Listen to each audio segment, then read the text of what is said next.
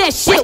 Welcome to Trash Talk MMA. Smile on my face, behind my back, they talk trash. The #1 podcast for news and insight that matters in the world of mixed martial arts. I don't want to hear it! Brought to you live and unfiltered from all four corners of the globe by MMA aficionado Antoine Pelche. Yo, and welcome to the Trash Talk MMA podcast. I'm your host, Antoine Pelche, and today I have a very special guest, Mr. Tarek Suleiman from the Tiger Muay Thai camp, pro MMA fighter. Tarek, how you doing, buddy? Good, bro. How are you? Excellent. So just before we started recording here, you said you're quite at ease behind the microphone. How did that come about? I've been through a lot of interviews, a lot of trash talk. Oh, yeah? Yeah, like some of the fighters that refused to fight me, I got pulled by Desert Force just to throw a couple of trash talks and just to pull their legs a little bit so they can fight me. So I'm getting used to it. Excellent. We're going to talk all about Desert Force, but let's keep things on you right now. You're of Syrian and Lebanese descent, is that correct? Yes, correct. Okay. My mother is Lebanese and my father is Syrian. I grew up most of my life in Lebanon. Okay, but you're born in Syria? Yes. Okay. Yeah, before we started this, we were chatting a little bit about traveling and whatnot, and I've been going around the world for, the last 18 months, and mostly Southeast Asia and a lot of Western and Central Europe, but I did do a stop between the Dominican Republic and Thailand in Dubai. So nice. Dubai is the only place in the Middle East that I've visited, and I'm not sure how indicative Dubai is of the rest of the Middle East, but that's a pretty spectacular spot. You'll be shocked by Lebanon, bro. Like, this is a beautiful place. It's like they call it they specifically call it Paris of the Middle East. Yeah, I am from Paris, actually. Well, I'm not from Paris, but I'm half French, and my home base for the past 8 to 10 months has been Paris, actually. Nice. I lived there for 4 years. Actually, Lebanon is like, you can say, like France. Exactly. Most of the people speak French. The education system is French. Really? The first language is French. They most of the kids speak French. But do they speak better French than English? Yes, most of Interesting. them. Basically, you will find at least 45% of the people or population speak fluent English, fluent French, and a little bit of Arabic. Okay. Yeah. Oh yeah, so you must have a huge French influence there then. Yeah, but for me, I didn't. My childhood, I just finished high school in UK, in Suffolk. I studied there. I finished high school in Alexander International School. Finished high school, decided to study, continue my college in Lebanon. So I moved to American University of Beirut. This is where I got my eyes on MMA. Actually, I've been practicing a long time boxing, since I've been a teenager, 16 years old. Well, basically, when I moved to Lebanon, this is where MMA. Now you were a competitive swimmer, though, correct? Right. Yes. Since I was 8 years old. Yeah. Okay. Way before. Were you on a pretty good path with that? Yes, really good. Actually, when I was really, really young. You can say 6 years. I just remember my father just throwing me in a pool. I had no idea. Yes, sink or swim. Exactly. Yeah, that's what happens, man. Yeah. Then I said, my personality is I'm competitive. I see somebody swimming. Let's do it. Fuck it. Let's swim. I hate swimming, actually. Yeah, I pick it up. I got really good into it. I started competing internationally. My last competition was 30 kilometers between cities. Good Lord. You swam 30 kilometers between two cities? Yeah, 7 or 8 hours. I don't remember. I just passed out at the shore. It took me just almost a whole day. And I've passed out. That's just vicious. Yeah. No, I mean, I don't know. I don't have a lot of phobias, but I think I just watched too much Jaws and too many shitty horror movies that involve people getting eaten by creatures of the sea. And I'm just like, if anything hits my legs when I'm in the ocean, I just start freaking out, man. So I'm like, you can throw me in a pool or I'll just go wade in the water. But I see like people that go swimming out far, and I'm like, I admire that. I mean, that's just, we're not supposed to be in the water that deep, man. Exactly. The humans are not built for that. Especially when the water get really dark and you cannot see the bottom. Oh, it's just creepy, man. You're just like, you have these all ideas by yourself. You can't hear nothing. Just like a couple people screaming, go, go, don't stop. And it's just horrible. Well, from swimming to boxing. So boxing, how'd you get introduced to boxing in Lebanon? I started actually in Syria, because they have really good camps. When did you leave Syria? Like at what age? 12. I've been on and off actually since I was 12 years old. I had my grandparents in Lebanon, so I was on and off between Syria and Lebanon. Okay. But I left it completely at 17 years old. Okay. I started amateur boxing, competitive, 16 years old. Okay. So the switch was because in Syria there was no indoor pools, so I had to swim in the summer. I had to suffer in the winter because of the cold weather. I had to just rub my body with oils. Like car oils and shit, and yeah, bro, just put a layer of oil on my body so it just keeps the heat inside. And swim, but getting out of the water was a bitch. So, because how cold did it get out there? Not really cold. I'm not gonna say minus, but because when I think Syria, I don't think cold. No. It's like 10 degrees Celsius. Yeah. 9 degrees Celsius. Yeah, still when you get out of the ocean, then that's a little nippy. Cold, yeah. Crazy. Okay, so you get into competitive boxing around the age of 16. Yeah, I started boxing. I was preparing really good. I was like, let's do it. I was getting ready for first national competition. I used to fight a lot in the street. Okay, so you were no stranger to getting punched and punching. Yeah, I was like always fighting with everybody. So like, my parents like, okay, let's go to school. Yeah. They sent me to UK. I stayed there. Make yourself useful. Yeah. I went to UK, finished high school, and my dreams of competing internationally like gone. But I kept training. I loved boxing. I loved punching people in the face and getting punched really hard, because when I started in the gym in Syria, it was like really, really, really rough. No mouthpiece, eight O's gloves, just spar till somebody get knocked out. Your teeth are solid though, man. Yeah, I was like knocking people left and right. I just get knocked out once in boxing and once in my MMA career. I was talking with this. I Skype interviewed with Brian Ebersol last week. Yeah. And he's who I know you've trained extensively with. Yeah. And he's literally never been KO'd. He's never been. He said he had a flash once, like maybe like not even a flash KO, but just rattled, like rocked. Yeah. Once, and the guy has 70 fights. I know. I mean, those are his pro fights. You can only imagine how many other times. All the training. That's crazy, man. But he trains smart. I know. Obviously, I saw his training. That was the huge focus of that. Yeah, he's a smart athlete, and he knows after this much of MMA fights, I think he knows his body. He knows how to train around injuries and this sort of stuff, and he knows how to pick his training partners. I was really a young teenager. I'll do it. I'll go punch this motherfucker. Get knocked out. Well, I didn't get knocked out completely. I've never been knocked out completely in my life. Never been out cold, stretched out cold. No. I've had tremendous injuries, but I've never been knocked out. I got dropped in the boxing, just hit the ground and just woke up. I was like, whoa, let's do it.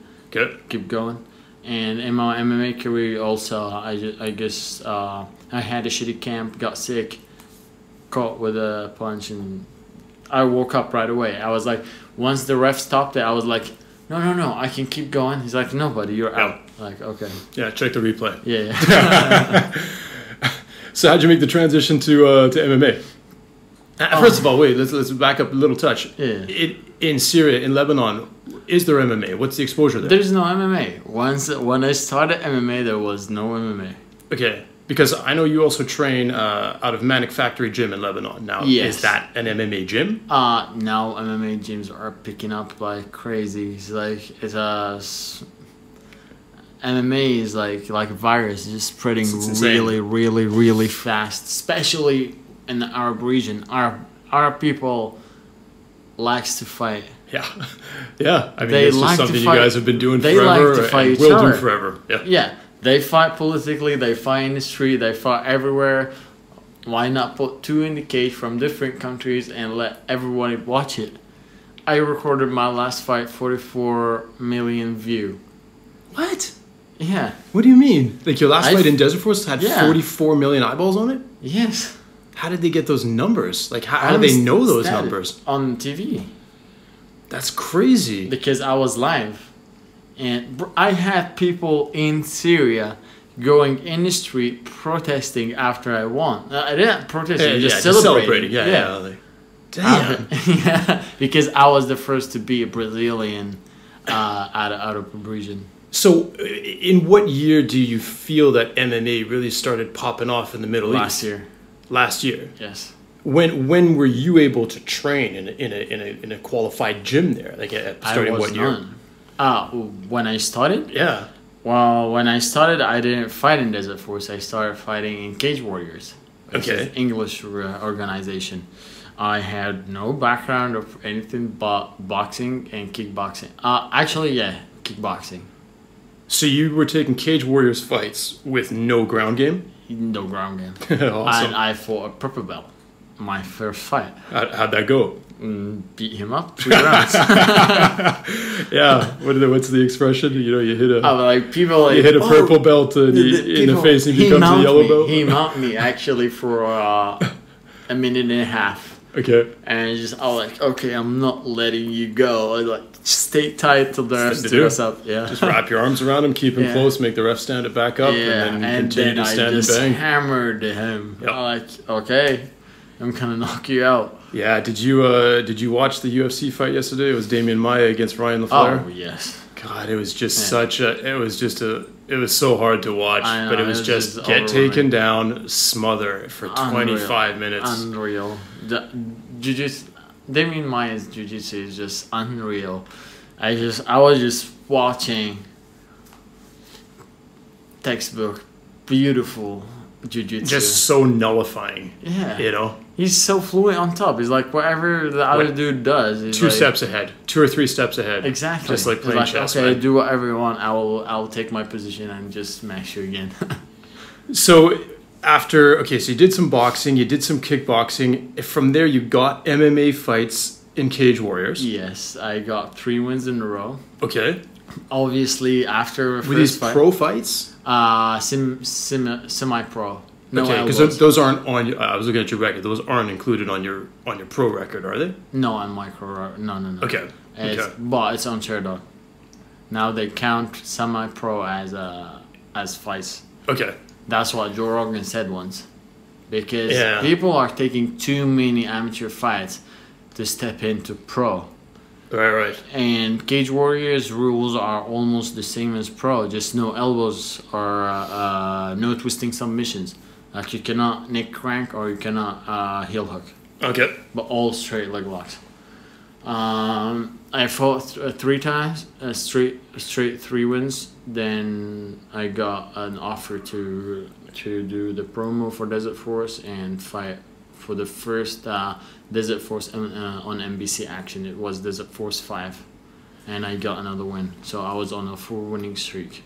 So let's talk Desert Force. And I mean, I've just become familiar with it, with this promotion since arriving in Thailand about 6 weeks ago. We talked about it quite a bit with Will Elliott. Yep. And I know you're obviously the presence from Tiger Muay Thai that competes in Desert Force. Yeah.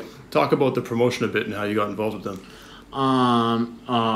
my name was growing really fast in the MMA scene. I was beating people that they were really old in the MMA. People were competing in jiu-jitsu really old in the region, like. So you mean like really experienced? Yes. Yeah. Like not physically old. Like. Oh no, not physically old. Like beating up old grandpas. Yeah, experience. No. Okay. Experience, purple belts, black belts, blue belts. I was no belt. I was like on my first MMA fight. I was with the 2 weeks experience in jiu-jitsu. No wrestling background, nothing, just physical strength and street fights. And some boxing, obviously, and kickboxing. Then I took the fight. I needed the money. I'll take the fight. I smashed the dude on the ground. Okay. I just put him down. He mounted me. I stood up, punched him, then ground and pound and finished the fight. Yeah, but then I moved to 3 winning streak. I fought. So Desert Force is a Jordanian company. Okay. Jordanian promotion. Okay. My last Cage Warrior fight was in Jordan. Okay. So I had the promoter watching me. Excellent. Yeah, so I got the message if I wanted to participate, to switch to pro, and I said, yeah, why not? What's the deal? And they gave me some options that I liked. Okay. And I did the promo for almost 3 weeks in the desert, in Jordanian desert. Then did my first fight against Australian Palestinian guy with 6-1 record, pro record. Okay. And I finished him in 1 minute 45 seconds by submission. Excellent. Yeah. So then all my 3 fights, after my first fight, I went crazy on jiu-jitsu and wrestling. Yeah, I mean, it sounds like that's what you needed to shore up at this Yes. point. I mean, you're obviously comfortable on your feet. You've obviously got some good fighter IQ that's allowed you to survive, Yes. against jiu-jitsu practitioners with barely having any. Exactly. So, I mean, it made logical But sense. I switched from being a striker to very fit, one of the best grapplers in the Middle East. Okay. Now I'm known as the best wrestler in Desert Force. Okay. MMA wrestling. So where did they put on their shows? They're just jumping from one country to another.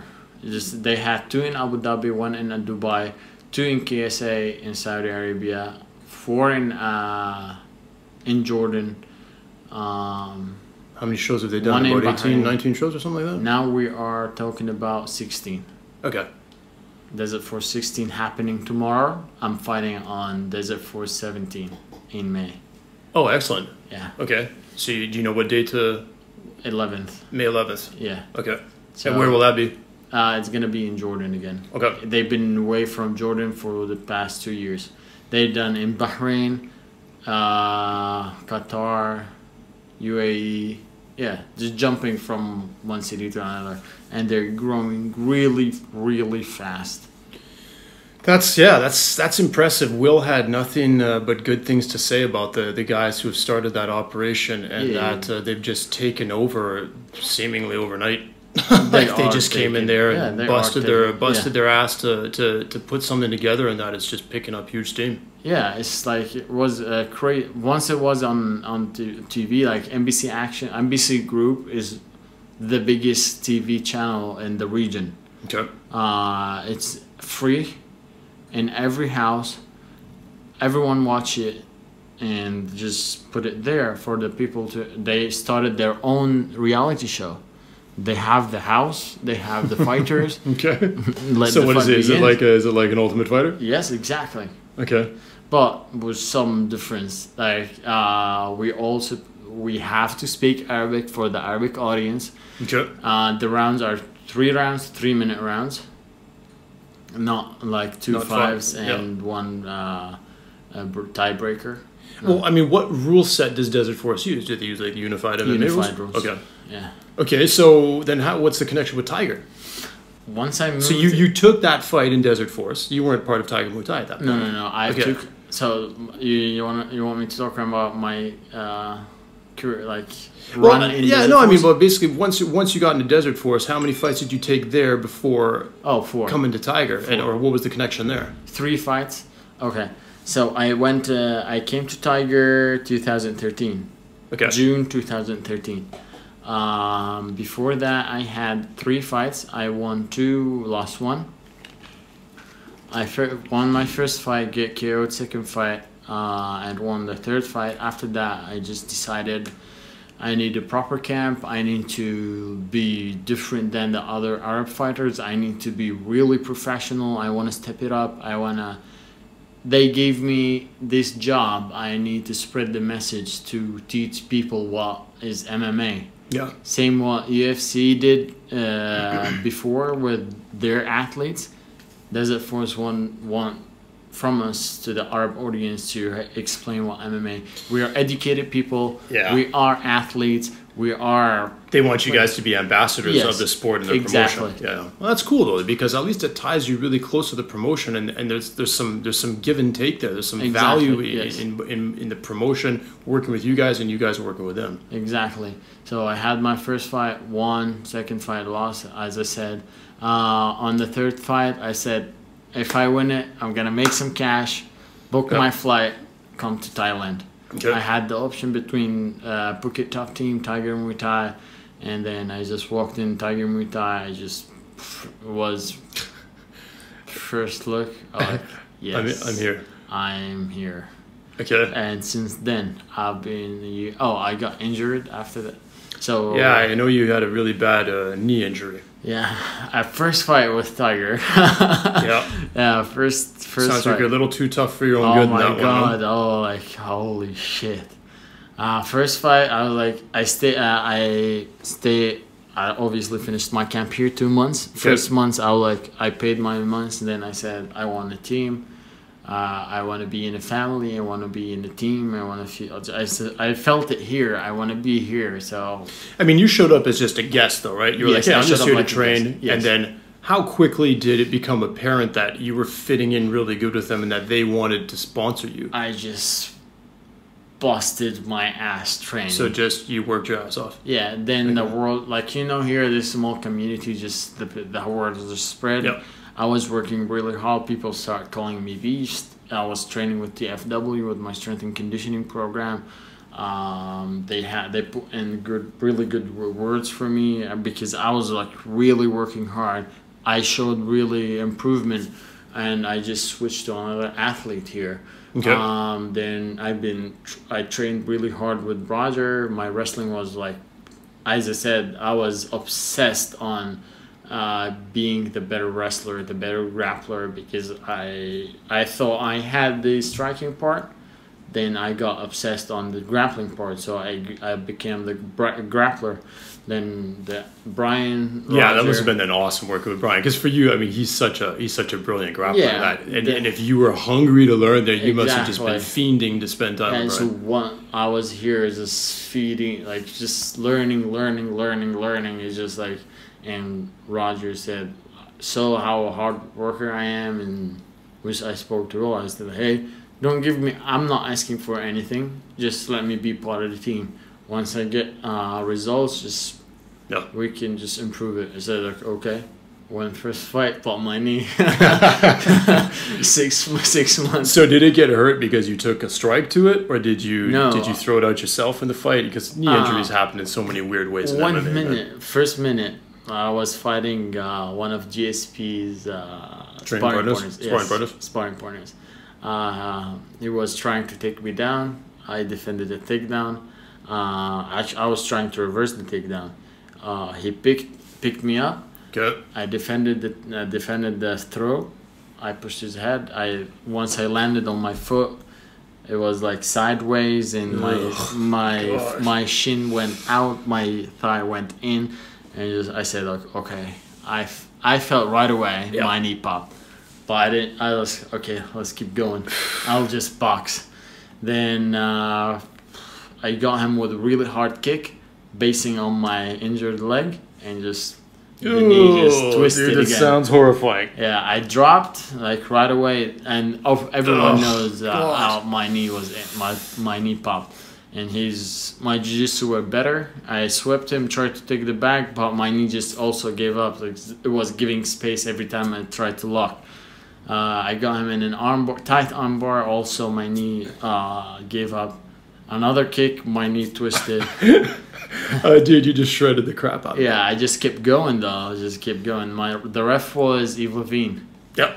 And I worked with Yves. I recorded him for the Yeah. UFC Undisputed Games. Yeah, he came he's like, "You're injured." I said, "No, I'm good." It's like in between rounds. It's like, "No, you're out." "No, I'm good." And he's talking to my corner. Pull him out. Man, you must have just made it so much worse, though, dude. Like I tore all my ligaments, but it's not gonna get bad any worse. I tore all my ligaments. What worse might happen? Nothing. So I'll take the pain. Just don't pull me out. Don't pull me. I was talking to my corner, and then there were my friends Alex Shield and Joe Ray. I was like, whatever happened, don't throw a towel. I will not pull from a fight. It's like, okay, just stay calm, collective, and just punch your way through the fight. It's like, okay, don't worry. Then they brought the doctor in. He forced me to stand on one leg. Like, shit, you couldn't stand on the injured leg, though. Of course, but I leaned back to the fence, grabbed the fence, like, okay, I stand. Okay, fine, he can fight. Like, okay, let's do So it. they put you back in for round 3? For round 2. Round 2. Okay. Yeah. So I was fighting, and the injury was getting even worse and worse. I kneed with it, and it was. So you're actually still throwing this leg? Yes. Okay. I was fighting 2 fights. I was fighting the pain, and I was fighting the guy. Yeah. He got a takedown on me. I couldn't defend. My knee was buckling backward. I couldn't go backward. So he just took me down, and I was kneeling, and I was in a kneeling position. He couldn't take my back. He tried to take my back. I stopped it. So I was on a kneeling position for almost a minute. It was also horrifying. But what can you do from there, right? Yeah. Then I got him in an armbar again, double armbar. So you're just fighting off your back, or what? Yeah. Sometimes fighting on my back, just starting to get up and kneeing with my leg, and but you're generating offense through this, which is awesome. Oh yeah. Oh, I got him in really nasty up kicks. He didn't know what's going on. I was like right in the eye. I was like, please drop, please get just KO'd. lose, just please. lose, please. Just lose. Yeah. I was like, God, what's going on then? So how does this end? Last minute, last 10 seconds, one in the second round. Yeah. It just I went for a cross, like really. I was just like, okay, I'll put even wanna everything hear in this. this punch. Here I was countering a jab with a cross over the top, And you just fell over? Yes. No. My knee gave up. Yeah, that's what I mean. I was the standing. tower just I still standing on one leg. I think I saw that. Yeah, I was that jumping on one leg. I like then the Eve stepped in and like he came to me and is like, you fought. I'm impressed. You fought real. Like you fought just hard. Can't let this go. You just fought hard. I can't just let you go. Rather than being out for 6 months now, you'll be out for 9 months or like more, whoever, whatever knows. So like, yeah, but you can't stop a fighter. So what was the extent of your injuries? ACL completely torn and meniscus completely, partially MCL. Okay. So where did you go to heal that up? I went to Lebanon with really good doctors. Okay. My doctor named Tarek Suleiman, and he's really like sport medicine. He's a genius. He just is like, okay, we're not going to surgery now. I'm like, okay, what do you want me to do? Like, back to training. I'm like, perfect. No. Yes. You didn't have surgery? I did later. Okay. So I had 1 month of building up strength in my leg. Running, I was squatting, I was lunging, I was doing everything. I built up muscle in the leg, went back to normal, like both legs similar to each other. I said, okay, now we're ready to do surgery. Wow. They're like, I want you to go strong to the surgery because I started rehabbing 3rd day after surgery. Crazy, man. Yeah, I was like. So from the process of the day you got injured to the day you were ready to train hard again, how long was that? I got injured October 2012. I fought August 2013. So a year. Yes. So when you hear like stories about like Dominic Cruz, the opposite, 2013, 2014. Okay. Yeah. But all in all, yeah. So yeah, I mean, you must sympathize with Dominic Cruz. Yes. Dude, that's so brutal what he's gone through. I know. I mean, out for 2 years, has just a ridiculously awesome comeback fight. Yes, true. Dings it again, and he's out again. That must be depressing. Yeah, I know. Like, I can feel the pain. Like all the time, just laying in bed. I got my doctors just coming to my house doing the electrotherapy, massage my leg. Let me do like resistance stuff for 2 weeks. 3rd week, I was in the pool training. Okay. Yeah. Wow. So how's your knee now? I mean, perfect. I still feel it. It's been like a little bit sometimes, but everything normal. I kick hard with it. Everything is fine. Okay. And otherwise, injury-wise, you're good? I'm good. I just lately broke my fist and my knuckle. Yep. But it's back to normal. I'm back to sparring. It's pushed back. Yeah, it's looking a little flat there. Yeah. Compared to this one. Crazy, man. Yeah, and I have a hair fracture in my your orbital bone. Yeah. Yeah, those are tough to crack, man. Yeah, you know? But the guy how'd you get cracked there? In my one of the exchanges in my last fight, he caught me with an overhand. Just right here, I was not defending. I was just going wild. He caught me. He was like, "Okay, I'm in a fight." Okay. Yeah. Yeah. Yeah. When you get your orbital crack, you know you're in a fight. Yeah. Just listening to some of your videos and your material that I watched on you, you seem to love everything about this sport. Oh man! Like the way you talk about it, and the gleam in your eye, and the smile. It seems like you would just embrace all the culture, all the different arts. Is this just a dream come true for you to be doing this, or what? I just found myself. Yeah. I was lost before. I just came to this sport and. So what, I mean, career-wise or in your personal life? Career, sacrifice, family, team, atmosphere, environment, the trip, the camp, the weight cut, the fight, the after the fight, everything just makes me feel high. Because I think most people who train this, they'll always have something that they're not, some part about that they hate, whether it's the weight cut or whether it's kind of the highs and lows before or after the fights. And it just seems like nothing can get you down. It seems like you love every single part of this game. Yeah, it's crazy. I enjoy everything. The weight cut is really hard. It's a bitch, but it seems like you just take it as a challenge. Yeah, I just laugh through it. I take it as a fun part. That must be such a good attitude to have, though. Through these things, I like feeling weak. I feel weak. I'm like, I can't walk. Please lift me up. I can't. I lost my legs. I lost the power. Yeah. I don't want to do it. Like they tried to push me in the sauna. Like I don't want to do it. I don't want to do it. Then I like last fight, for example. It was the funniest part of my entire career. I missed weight by 3 pounds. Now you dropped from middleweight to welterweight in your last fight, so that was a big change for you there. Yeah. So and it was my first try to cut to 170 to 77 welterweight. So I was like, the weigh-in time came in. I was still 5 pounds over, and I went to the scale. I was like, okay, fuck it, I'll pay 25%. I don't care. I went to the scale. I stepped in, and the guy I was fighting, his name is Christopher Silva. And he's a black belt Jiu-jitsu. Yeah. I stepped in the scale, 5 pounds over. It's like, okay. Looked at him. It's like, I'd pay you 25%. It's like, nope. You make the weight. I'd pay you 50%. Nope. You make the weight. Like, okay. And so he doesn't take kindly to people who don't make weight. Yeah. So I went there. I start cutting. I cut 2 pounds. Like, fuck it. I went back to check my weight with the official, with the commission, and he was waiting. I stood at 3 pounds over. It's like, I did 1 hour. I'm not losing any weight. I'll give you all my money. If I win, I'll give you everything.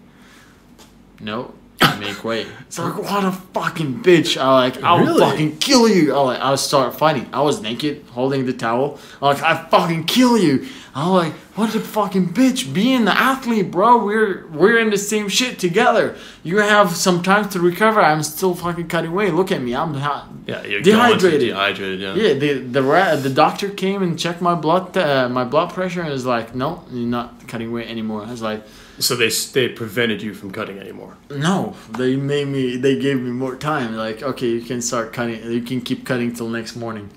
Wow. Yeah, and it's like they wanted the fight to happen. I was the first Arab that they expected me to win over a foreigner, which is the Brazilian. He already beat 3 Arab people, high-level Arab people. So like, all right, I'm gonna fucking go cut weight. This fucking bitch, I'm gonna fucking kill him. Then I went, and then I didn't lose weight. They started like, okay, go to the sauna, 10 minutes. Okay, I'm gonna go there. So who's with you helping you cut weight at this point? Andrew Wood. Yep. And George Hickman. Okay. They were in my corner. Okay. So I was inside, just going in my mind, I'm gonna kill this motherfucker. I'm gonna kill this motherfucker. And George knows everything about weight cutting, right? Exactly. But the thing is, it was my first. I had a bad experience in weight cut.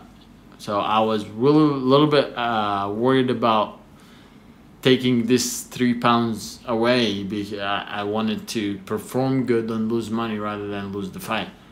Yeah. No, I mean, I totally get your angle. You're like, let me fight 3 pounds overweight. I'll give him all my money, but, allow me to show what I can do. And not just show up dead on arrival. So I just cut 2 more pounds. I was 1 pound over, and I paid 50%. Yeah. But you weighed in when? Then the next morning? No, I weighed in like 3 hours after. Okay. Yeah. So all in all, like you weighed the first time, and then they gave you 4 more hours total to cut weight. They gave me whatever I needed to cut. Just they said the promoter came. It's like, I'll give you whatever you want. Make the weight. So were you allowed to be at 171, or did you come in at 171? And you came in at 172. You came in at I have 172. 1 pound over allowance and 1 pound over. Crazy. Yeah. So and I knocked him out. And there was some controversy there too, no? Yes. Now, is it still because you threw some 12-6 elbows? I read that there was some shots that they deemed Did you see the fight? No, I didn't see the fight, but I saw that it was a win that was turned into a no contest. What's the official result? It's still a win in my share, doc. They tried to reverse it to a no contest. To a no contest. So what's your take on what happened? It was perfectly done. All my elbows were perfectly legal. But it's not my job I was throwing punches at the end of the fight. When I finished the fight, I was throwing punches, but it's to the side of the head. But if I'm hitting this way, that means this is side of the head, right? Yeah. But if you turn your head defending yourself. Yeah, I know what you're saying. If he starts to turn his head into the direction that makes it not me, him. Yeah. He's like turning it, avoiding the punches, like taking it on the back of the head, and I was not even looking. I was like, he's out, and he's like, okay, I didn't know that his head was turned. So I finished the fight there, and they said the cause of the stoppage was 3 punches to the back of the head, and if you see the actual fight, actually I got him once on the neck, once on the shoulder, and twice in the back of the head with the punches. Yeah. But the elbow's perfectly legal. Actually, I was sore, and this part of my elbow was black. Okay. So like on the inside. Yeah, the inside of the elbow, the which point makes of the elbow. 100% legal because you cannot throw 12-6 like this. Yeah. So I was like, that's gonna have nothing on it. The motion of the elbow is perfect because if you want to throw 12-6, your fist should point up to the ceiling and the elbow should point to the floor and go in a straight angle, not like this. So I've seen. I got curious when I started researching this, and I've actually read there's. Yeah, how does it work in Desert Force? Do they have a commission? Do they have an athletic commission? This was the first time they have a commission. So the commission was founded in Dubai by like 2 Americans and Yves Levine was involved, and a Brazilian, and yeah, those. So what's Desert Force's stance on this? Have they overturned this to a no contest, or are they saying that still that it's a win? Some say it's a win, some say it's because I've seen multiple, like yeah. you said, on Sherdog it's called a win, and then I've seen other spots where it's considered no. That's why I was like, what's going on here? I was like, okay. So you sleep well at night knowing that what you did, you didn't do anything. I'm 100% confident that I will go over and over with what I did, because I was 100% in conscience about what I'm doing. Once they got the takedown, I showed his head to my side, and I was like going. My fist was going in a circular motion over my head to his head, to the side of his head, like touching the ear, obviously. And of course, I'm not in control of my entire hand. I'm trying to hit with this part of my elbow, the pointed part. The point of the elbow, Yeah, but this part is obviously gonna touch his head because he's attached to my body, trying to just pull me down. Yeah. So like I was hitting, he pointed to some marks on the back of the head, but like. It's gonna happen, and obviously with the brawl, like when I pushed him against the fence and started brawling with him, I caught him with a couple, like just behind the ear, and this was caused the marks actually. Okay. So an interesting experience for you at that weight class then. Yeah. Regardless of the really good. Did you like? Is that your home welterweight? Yeah. Okay. Yeah. What do you think you'll adjust for your next fight in order to make that a little more painlessly? I'm not allowed to announce the fight, but it's not welterweight. It's a catchweight. Okay. All right. But if you felt good at that weight, is that where you want to make your home? Yeah. Okay. I'm gonna make it home. I know what I did wrong in my weight cut, and I'm gonna try to avoid it next time, and it's gonna be easy. Because I left here, I was on point. The mistake was on the way to Dubai. Okay. Yeah. So. I'm gonna avoid that. So, can you clarify what this mistake was, or? I just got some bad news here. I forgot my snacks, and I had to eat on the flight with like really salty food. So, a nutritional mistake. Yes. Okay. All right. Yeah, and what happens with the salt there? Does that prevent it? I blew it up 3 kilos just right away. Damn. I stepped off. I left here 83.9. I stepped on the scale off the flight 87. Okay.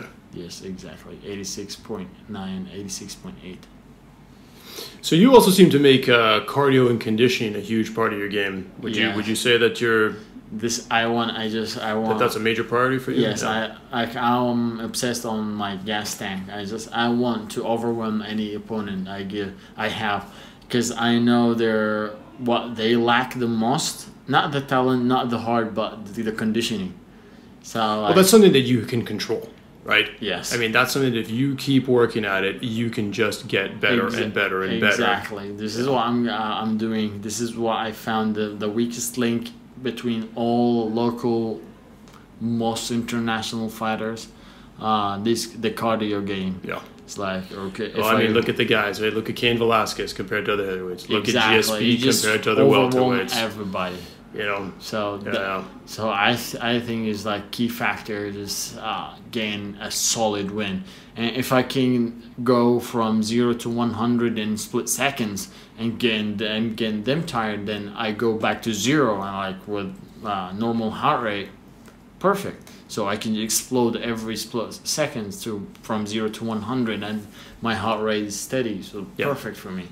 So this is what was the key factor in my last fight. Actually, my conditioning peaked up in the second round. I was like, okay, I can finish whenever I want. I was like, I'm not even breathing heavy. Right. Yeah. So I can do whatever I want. So it sounds like you're ready to rumble in May. You must be chomping at the bit to get back in there. I'm in my peak now. I feel positive vibes. I feel the positive atmosphere at Tiger Muay Thai. I'm loving it. I'm training hard. My training partners are awesome. My team, most of them now, the people here, most of them in the UFC or UFC materials. Yep.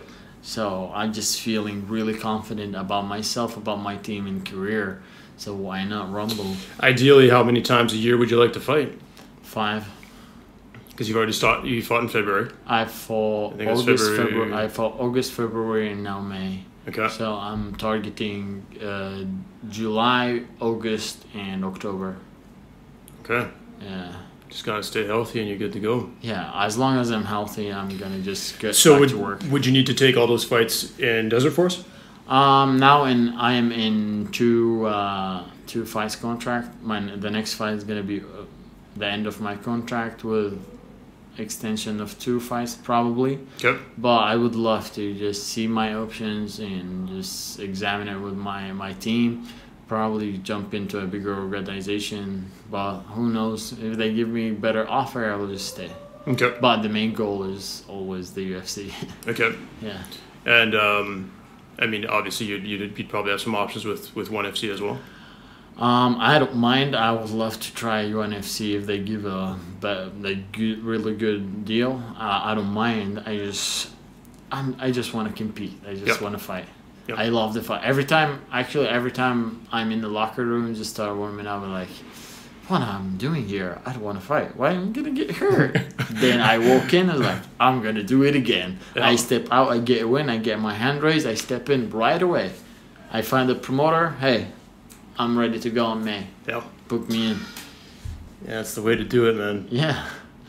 Well, listen, dude. I love your enthusiasm. It sounds like you found a real home away from home with Tiger. Exactly. It sounds like you're firing on all cylinders, and that you got your mojo going. It seems like there's a lot of enthusiasm around you, and then you're feeling it within yourself. And I think that's a great time for you to be competing and just try to put up some big numbers. Yeah, true. You know? I just feel it. This is my year. This is my home. This is my team, Tiger Muay Thai, and I'm ready to go. Whatever they put against me, I just say yes. Yeah. I never said no. They give me a name and say yes. It's awesome, man. That's the fighter's mentality, dude. Yeah. You know. Excellent. How can people stay in touch with you on social media? They can just reach me out on Facebook, Tarek Suleiman fan page, Instagram Tarek Sul, and Twitter Suleiman Tarek, I guess. Okay. Probably. I have too much. I answer everybody. I'm very welcoming to my fans. I answer any question. I always like to have a close relationship with my fans. I'm well, this is cool, man. You know, it must be exciting even you know, for your friends and family and fans back home. It seems like you've got the opportunity to put the Middle East and put Lebanon on the map for something that they're just not known for. Exactly. You want to be a bit of a pioneer in that sense. Yeah, you know? I just wanna just take everything with me and just go over the world, just fight anybody. Yeah, it's really cool for me to come out here and meet and talk with all you guys too, because what I'm just trying to convey here is just this internationalism of this sport. It's just getting huge everywhere, and you got people from all walks of life and from all countries and all backgrounds, and it's crazy, man. Yeah, and everybody's got a different story. In our team we have a guy from different country. We are all from different countries combined in one thing, MMA. We're fighting, we're living together, living the dream, walking the walk, talking the talk, fighting the fight, and just enjoying our life every time. In this island, man, this is everything. Everything is perfect in here. That's just awesome, man. You sound just super positive, and trust me, that's going to take you a long ways, man. Attitude is just, that's really cool, dude. Yeah, hopefully, I'll be. No, you'll see. I mean, that'll resonate through your whole being and your experiences. And that'll take you a lot further than anybody that's complaining and being negative. True, but like my point of view is just be happy with every step I take, with every decision. No regrets. I learn from my mistakes. I learn from my injuries. I took time, really long time off between my injury and the fight after. Yeah, no choice. I just stepped away, looked evaluate everything, and I appreciated MMA. It just saved me, put me back on track, and I'm ready to go whatever they give me, anywhere, any place, anytime. As long as I'm healthy, awesome. I'm ready to compete. That's awesome. Tarek, it's been a real pleasure talking with you, brother. Thanks for coming on the show. Sure, man. And make sure you let me know as soon as your opponent is official, and we'll blast it out there, and we'll get some people to try to tune in. For sure. All right, man. Thank you for having me here. And I really enjoy it. Hopefully I'll do it over and over. Good. No, let's try to get to, if you're fighting in May, there's a chance I could be back after. No matter what, the internet's here, man. I Skype with people. I go, on site. Doesn't matter. We'll get you back on the show to get your thoughts and feelings after your next fight. For sure. Awesome. Cool? All right, guys. All right. This was the Trash Talk MMA podcast. I'm your host, Antoine Peltier, with my guest, Tarek Suleiman, Tiger Muay Thai MMA fighter. We're out of here, guys. Follow me on Twitter. Follow me on Facebook. Peace. I don't want to hear it. Thanks for listening to the Trash Talk MMA podcast. Yeah. Be sure to visit trashtalkmma.com. On my face, behind my back, they talk trash. And don't forget to follow Antoine on Twitter at Trash Talk MMA. That's what you said. Let us know you're listening. Who the fuck said shit? Use hashtag Trash Talk MMA.